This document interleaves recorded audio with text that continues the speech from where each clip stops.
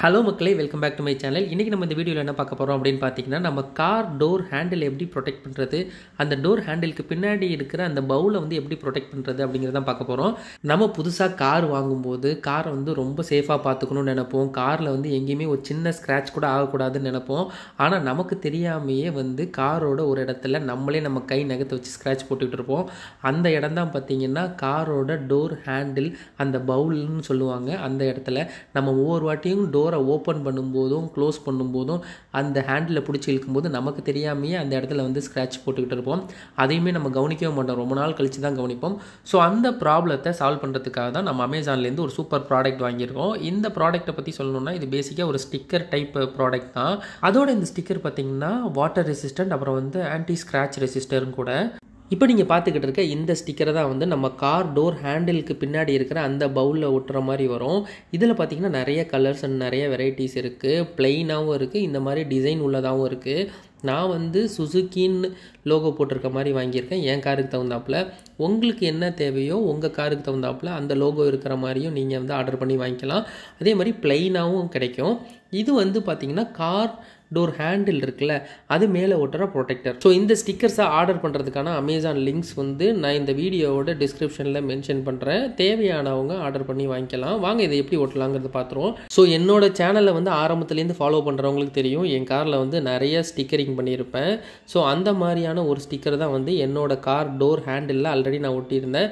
First நம்ம அதை வந்து பிரித்து எடுத்துடலாம். இந்த மாதிரி நம்ம ஆல்ரெடி ஒட்டின ஸ்டிக்கரை வந்து பிரிக்கிறது ஒன்றும் பெரிய வேலை இல்லை, நம்ம கையாலேயே வந்து பிரித்து எடுத்துடலாம். அந்த மாதிரியான ஸ்டிக்கர்ஸ் தான் நான் வந்து என் காரில் ஒட்டியிருக்கேன்.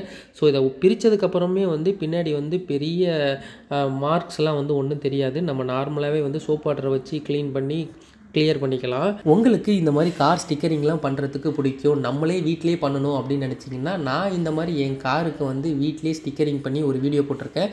அந்த வீடியோவோட லிங்க்கு வந்து டிஸ்கிரிப்ஷனில் மென்ஷன் பண்ணுறேன், தேவைப்பட்டவங்க போய் பார்த்துக்குங்க.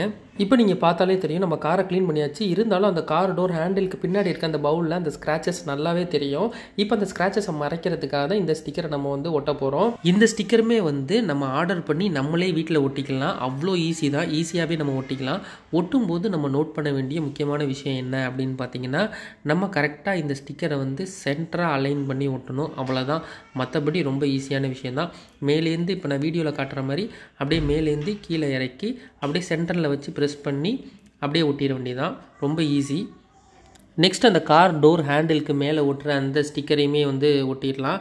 இதுவுமே ரொம்ப ஈஸி தான். கரெக்டாக அந்த லோகோ எந்த பக்கம் வரணும் அப்படிங்கிறத மட்டும் பார்த்து கரெக்டாக வச்சு ஒட்டிட வேண்டியதான், ரொம்ப ஈஸி. ஸோ இந்த ஸ்டிக்கரை வந்து நம்ம புதுசாக கார் வாங்கியிருக்கோம், வாங்கின உடனே வந்து இந்த ஸ்டிக்கரை வந்து வாங்கி ஒட்டிட்டோம் அப்படின்னா வந்து கண்டிப்பாக வந்து அந்த ஸ்க்ராச்சஸ் ஆகாமல் நம்மளால் ப்ரிவென்ட் பண்ணிக்க முடியும்.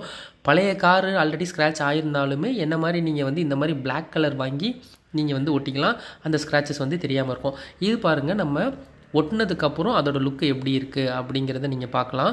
என்னடா திடீர்னு ஃபேடான ஸ்டிக்கரை காட்டுறான் அப்படின்னு நினைக்காதீங்க. எங்களோட காருக்கு ஆல்ரெடி ஒரு டிரான்ஸ்பரண்ட் ஸ்டிக்கர் நாங்கள் ஒட்டியிருந்தோம். இந்த ஸ்டிக்கர் பார்த்திங்கன்னா நாளடைவில் வந்து இந்த மாதிரி ஃபேட் ஆகிடுச்சு. ஸோ அதனால் டிரான்ஸ்பரண்ட் ஸ்டிக்கரை வந்து அவாய்ட் பண்ணிடுங்க. ஸோ நம்ம காரோட 4 டோர்லேயுமே வந்து இந்த மாதிரி ஒட்டியாச்சு, பார்க்கவே சூப்பராக இருக்குது.